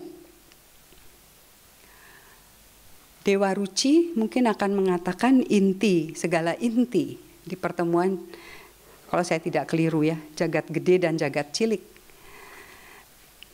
Para kosmolog seperti Stephen Hawking akan mengatakan, saya bisa mengetahui pikiran Tuhan ketika menciptakan alam semesta. Karena diharapkan itu bisa membongkar singularitas. Nah, singularitas itu sekarang tidak bisa dipecahkan karena kedua teori ini belum bisa digabung. Einstein meninggal dengan mewariskan itu, belum bisa menyelesaikan dan sampai sekarang belum terselesaikan. Ini mengandaikan bahwa permulaan waktu singularitas yang tak terdefinisi itu adalah batas epistemik. bukan ontologis. Maka kalau Anda perhatikan, saya hanya ketika berbicara tentang Tuhan, saya kata pakai penciptaan. Tapi sejauh saya bicara kosmologi, saya akan memakai permulaan alam semesta. Untuk membedakan antara locus of creation dan moment of genesis. Jadi asal usul dan penciptaan itu dalam kosmologi kita bedakan. Kosmologi yang kami bicarakan itu selalu K kecil. Kami tidak jarang memakai K besar. Karena itu mengandaikan. Jadi kosmologi adalah model-model tentang kosmos yang besar itu.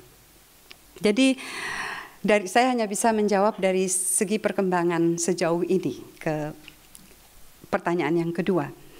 Pak Yeni, terima kasih datang ke Jakarta. Tentang teori evolusi.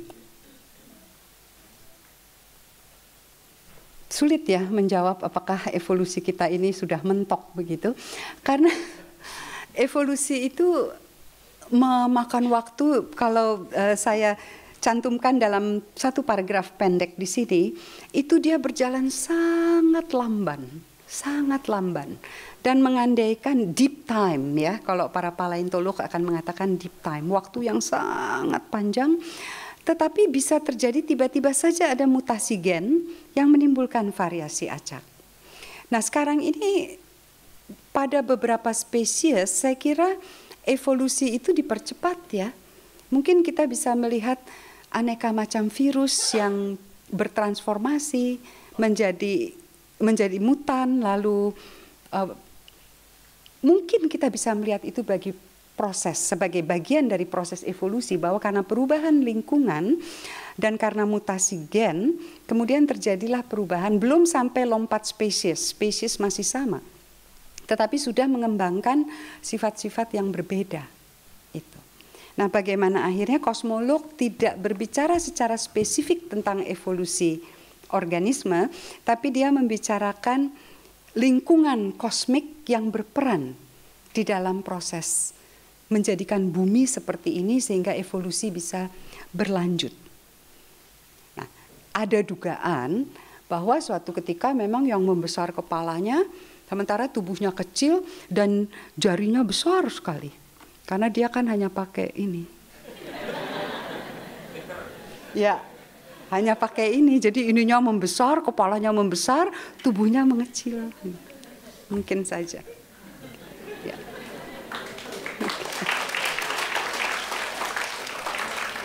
Saya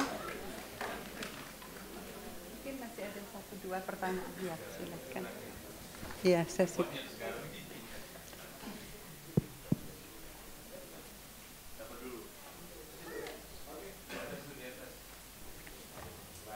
Iya.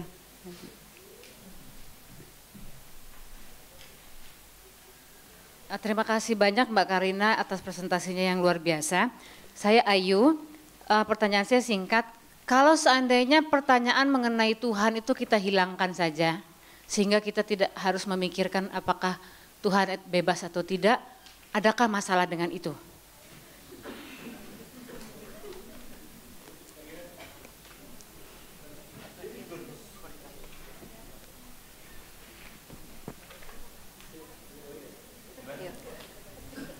Oke, terima kasih. Nama saya Agustin. Saya yang melekat dari ceramah ini adalah di akhir tentang if. Karena saya menemukan 2 hal. Yang pertama,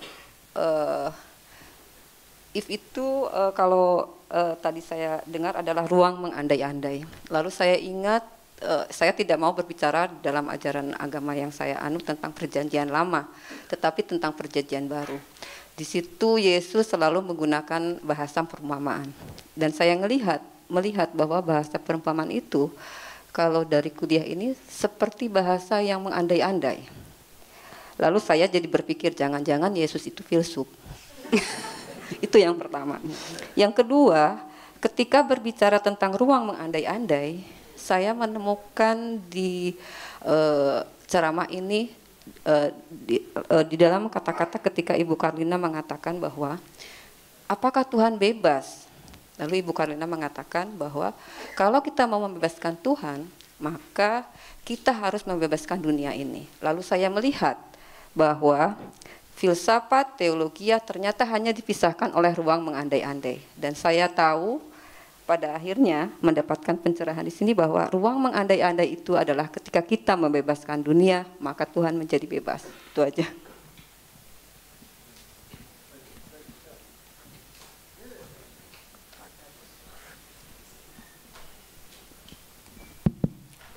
Assalamualaikum, saya Lalu Parma dari Lombok. Sebagai orang Lombok, pertama sekali saya belajar waktu kecil itu tentang Deca Kalapatra, tentang ruang, waktu, dan peristiwa. Nah, saya kira bahwa mungkin inilah yang membesarkan setiap orang di Lombok, Bali, Lombok begitu, bagaimana dia hidup dan berkehidupan. Pertanyaan saya, bagaimana studi kosmologi Ibu menerjemahkan tentang apa itu ruang, apa itu waktu, dan apa itu peristiwa. Terima kasih.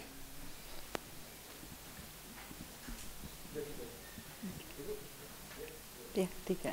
Oke. Tiga ya. Mbak Ayu, saya senang sekali dengan pertanyaan ini dan berharap memang demikianlah pada akhirnya. Terbebaskan, memang betul. Artinya begini, sebetulnya kosmologi itu dia bagian dari sains dan dia tidak bicara begitu ya tentang Tuhan, dan seringkali justru penafsiran di luar itu. Dan kosmolognya sendiri dan para ahli fisikanya itu jahil sekali. Begitu seperti ketika bukti, jadi dukungan empiris pertama kali muncul, yang kedua kali muncul tahun 68 bahwa ya Big Bang yang tadi kita bicarakan permulaan waktu itu, sebutan populernya itu Big Bang.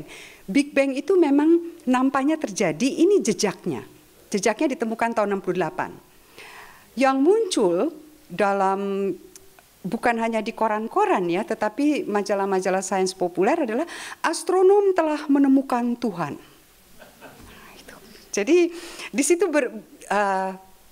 padahal yang melahirkan teori, sebetulnya modelnya disebut Robertson-Walker-Lemaitre, itu geometri yang disebut teori Big Bang. Itu adalah Georges Lemaitre, dan dia seorang pastor. Tapi dia sama sekali tidak pernah menyebut di dalam bukunya itu, malah dia seakan-akan seperti menghindar. Walaupun Bondi yang memberi nama Big Bang, itu dengan maksud sindiran kan, kok bisa ada teori tiba-tiba bang begitu, so big gitu dalam wawancara radio. Itu dia bilang, ya tentu saja bagi Lemaitre itu tidak ganjil melahirkan teori seperti itu, dia kan pastor. Nah, itu sudah mulai sejak itu tahun 20-an, karena ilmuwan merasa tidak nyaman dengan adanya permulaan waktu. Mereka harus menjelaskan yang tidak bisa mereka jelaskan. Jadi kemudian masuklah di kalangan kosmolog macam-macam percakapan tentang Tuhan yang seringkali sebetulnya bukan dimaksudkan dengan Tuhan yang mungkin secara ketat dipahami oleh agama-agama. Tetapi kemudian kan ini beredar melalui buku-buku ilmiah populer, melalui ceramah, termasuk saya di sini, itu yang. Dan banyak juga yang kemudian ilmuwan yang sangat beriman yang menulis buku-buku seperti itu. Dan hasilnya tidak membuat lebih lega, tapi malah tadi jadi seperti mengikat. Karena lalu bertengkar, bersengketa. Jadi persengketaan yang terjadi antara para alim dan filosof pada tradisi Islam yang berlanjut ke teolog, filosof tapi juga dengan filosof sekular, itu menjadi semakin kencang. Dan sekarang di antara kosmolog sekular, kosmolog yang religius, dan para teolog gitu. Dan masuk ke dalam konferensi yang sebetulnya ya cukup prestigius, di mana Tuhan dulu tidak pernah dibahas. Tapi saya sebetulnya akan sangat lega kalau betul dipinggirkan saja, taruh di pojok begitu, sudah tersembunyi, Deus absconditus. Dia, kalaupun orang beriman akan mengatakan ya dia ada, tapi dunia ya sudah, kerjalah dengan dunia ini. Kalau ketika bekerja dengan dunia ini, lalu terlalu tertarik ke yang dunia sana, lah yang di sini kan terbengkalai. Maka sibuknya membela kebebasan Tuhan, bukan kebebasan dunia tadi Ibu itu. Saya senang, itu baik. Jadi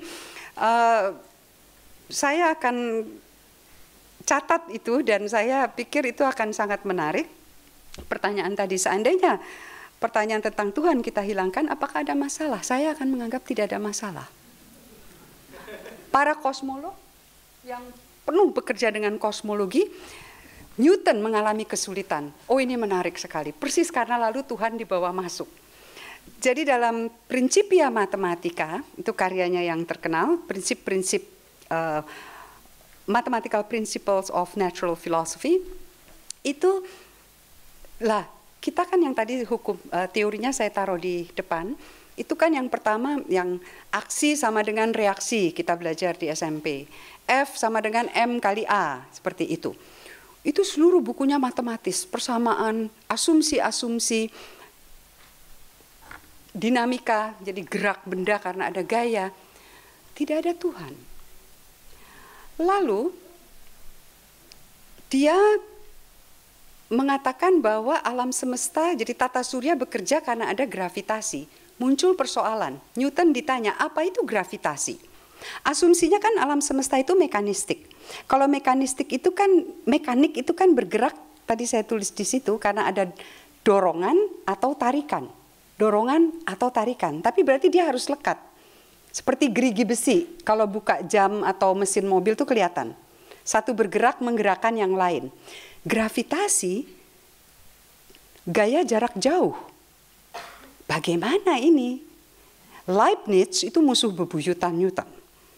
Karena Leibniz menuduh Newton memplagiat kalkulus dari Leibniz, dan Newton mengatakan Leibniz yang memplagiat kalkulus. Itu persamaan rumus matematika.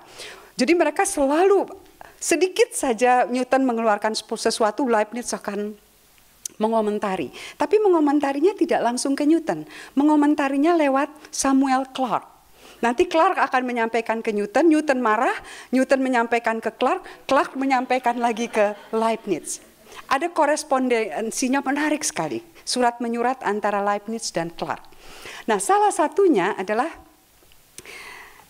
gravitasi ini punya kelemahan teori Newton. Newton mengakui, saya seperti mau mendirikan 1000 batang jarum tegak.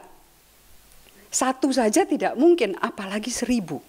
Begitu sulitnya untuk membuat teori saya ini tidak runtuh. Kan yang ada hanya gaya tarik, harusnya kan runtuh. Nah, Newton bingung menjawab ini. Datanglah Bentley. Bentley ini seorang pendeta Anglikan, mau ceramah untuk Natal. Dia ingin memakai ide bahwa oh ini ada sains yang baru yang menyatakan kebesaran Tuhan. Jadi dia datang ke Newton. Newton, coba kamu pikir, alam semestamu itu kan tidak stabil. Ya, saya tahu, kata Newton. Kamu tahu kan, satu-satunya cara membuat alam semestamu stabil karena kamu nggak bisa jawab, itu kan dengan memasukkan Tuhan, kan? Gitu. Newton tidak mau jawab. Tapi dia tidak ke Bentley, dia tulis surat ke temannya yang lain. Iya, saya mengakui ini sulit sekali gitu. Tapi nggak mau ngaku depan Bentley. Bentley datang lagi. Karena waktunya semakin mepet kan, dia harus bikin ini bahan untuk homilinya. Itu. 3 kali akhirnya Newton menyerah. Dalam edisi ketiga Principia, edisi 1 terbit, edisi 2 terbit, tidak ada itu Tuhan. Edisi ketiga terbit, dia masukkan Tuhan.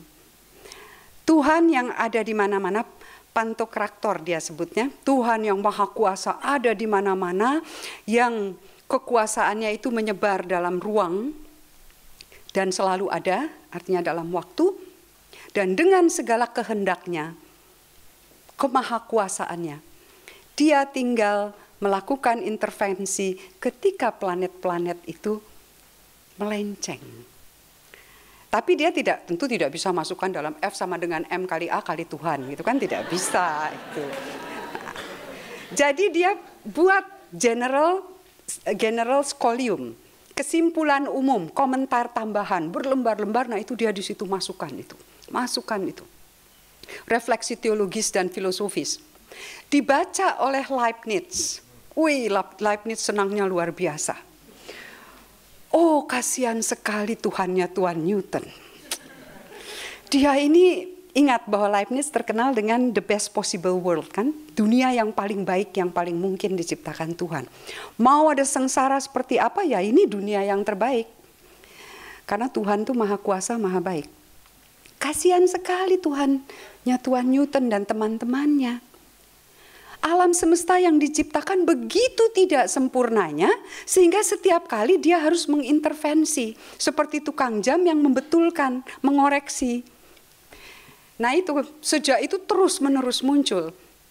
Lalu 1 abad, Newton tidak berhasil menyelesaikan itu. 1 abad kemudian Laplace, Simon Pierre de Laplace, ahli fisika dari Prancis yang menyebut dirinya saya adalah Newton kedua, Newton dari Prancis.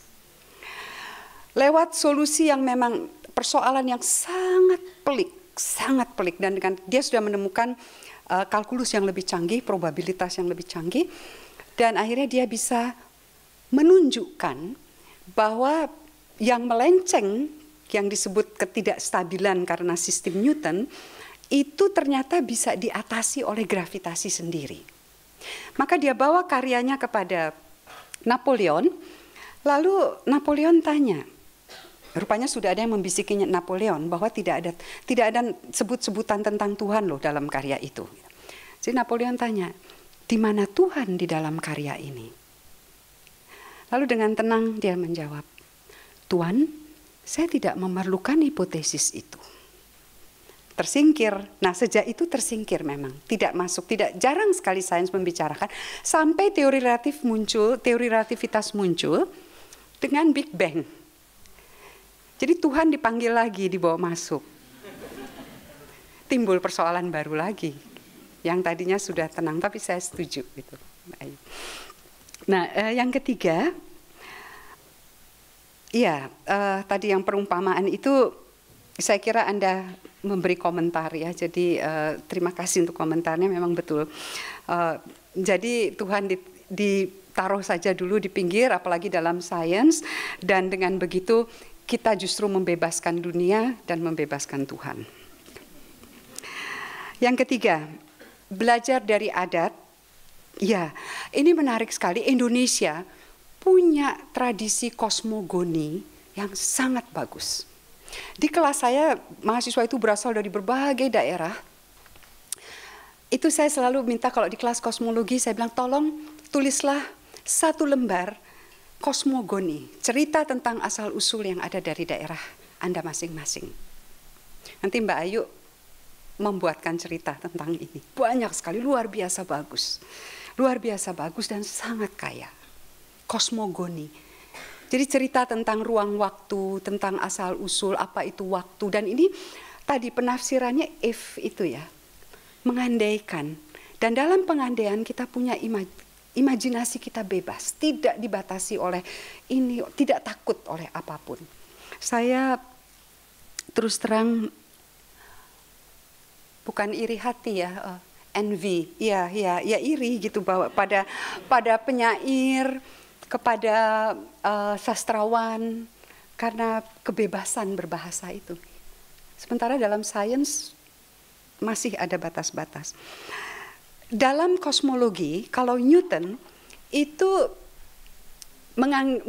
menimbang ruang dan waktu itu seperti wadah. Jadi seperti ruangan ini.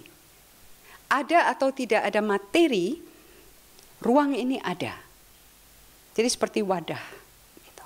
Yang dia katakan sensorium, jadi semacam kelanjutan penginderaan dari Tuhan.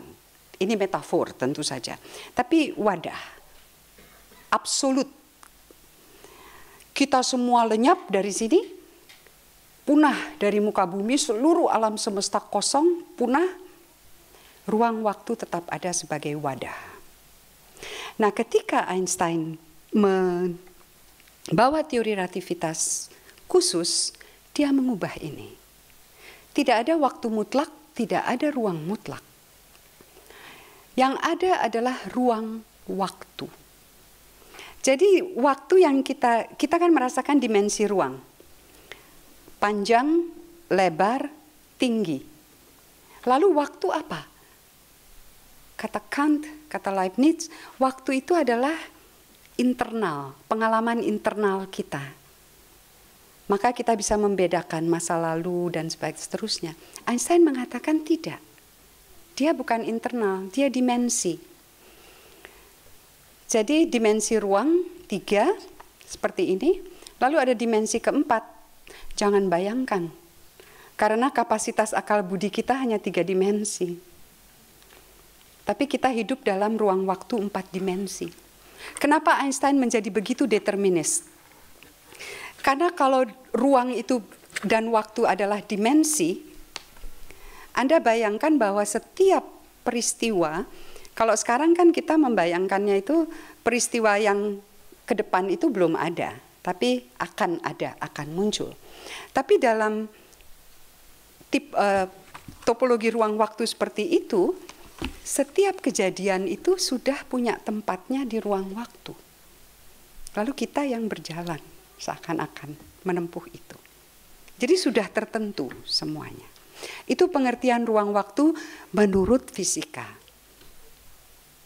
Filsafat seperti Whitehead dan sebagainya punya penafsirannya sendiri. Tetapi dari segi kosmologi sekarang ini kami memakai yang teori relativitas. Ketika teori Dawei lahir, Dawei itu kenapa namanya Dawei? Karena alam semesta sekarang tidak lagi dilihat bahan dasar yang membangun alam semesta itu tidak lagi dilihat sebagai partikel, tapi sebagai Dawei. Ini metafor tentu saja yang keluar dari persamaan matematik Dawei. Kata Brian Greene, seorang ahli fisika partikel dan kosmolog, dia bilang, jadi alam semesta tidak bermula dari partikel. Anda bayangkan padang rumput yang tinggi rumputnya itu tidak sama, yang tebal tipisnya tidak sama, lalu ada sesuatu yang menggerakkan, maka seperti muncul orkes simfoni, frekuensi yang berbeda-beda dari Dawei. Maka lahirlah alam semesta. Itu ruang waktu itu dimensinya bisa sampai 11, sampai 12. Kenapa kita hidup dalam 4? Yang 7 kemana? Terlipat. Itulah, jadi dibayangkan secara matematis terlipat. Jadi, tapi itu imajinasi matematik. Jadi ketika tidak bisa berbicara dengan bahasa imajinasi yang indah, kosmolog memakai imajinasi matematis. Dan tidak kalah indah paling tidak. Gitu. Jadi bagi kami bahasa matematik itu sama indahnya. Jadi apa yang disenchantment of the world yang pernah dikatakan oleh Weber bahwa sains itu membuat alam kehilangan pesona, saya sedikit tidak setuju atau bahkan tidak setuju sama sekali. Karena apa yang kemudian keindahan itu kan bukan hanya yang visual. Tapi ketika Henri Poincaré menggambarkan dengan bagus, ketika Anda melihat gletser atau Anda yang mencair kemudian menimbulkan guratan-guratan, ketika Anda masuk ke gua menemukan stalaktit dan stalagmit, ketika Anda menembus masuk ke dalam laut dan menemukan batu karang yang warna-warni, itu semua indah secara visual. Apakah keindahan itu akan menjadi berkurang ketika Anda tahu bahwa jutaan tahun yang lalu gletser yang mencair dari puncak pegunungan itulah yang membuat gurat-guratan itu. Air yang menetes karena hukum-hukum fisika gravitasi itu yang menyebabkan muncul stalaktit dan stalagmit. Itu jadi pesonanya ditimbulkan dengan cara yang lain. Paling tidak kami menangkapnya seperti itu. Mungkin kami keliru, tetapi membuat nyaman. Berandai-andai itu membuat lega. Seperti tadi Mbak Ayu, Tuhannya diandaikan ada di pojok. Terima kasih, saya kira cukup. Terima kasih banyak.